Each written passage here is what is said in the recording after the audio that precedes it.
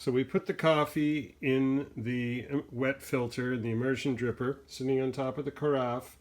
Very important, the lever is now closed. I've zeroed out the scale.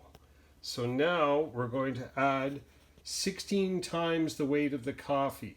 So 16 times 11 is 176. So I'm going to add in a quarter of 176 in the first 30 seconds.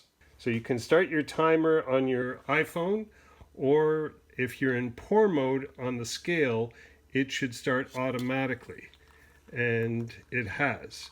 So now I'm putting in, I put in a little bit more than 44, but that's fine. And we're at about 10 seconds. As you can see, the timer started.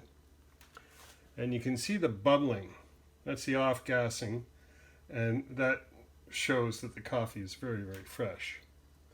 And so now, as we reach up to about 30 seconds, I'm going to start to pour the rest of the weight of the coffee in, up to 100, the weight of the water in rather, up to 176 grams. So 16 times the weight of the coffee. The coffee is 11 grams per person. So if there's 2 of you, it's 22 grams of coffee. It'll be 352 grams of water.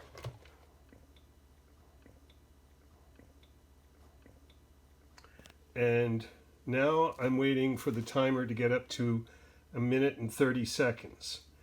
And when it gets up to 1 minute and 30 seconds, that's when I switch the lever from closed to open, and the coffee drains down into the carafe. Then I'm going to let it sit there for another 2.5 minutes. So the total time from the time you start pouring the very first water to the time it's ready to drink is 4 minutes. So it's right at 1 minute 30 now. So I'm going to try and do this single-handedly. It worked. And so now the coffee is draining. And pretty soon we're going to have a delicious cup of coffee.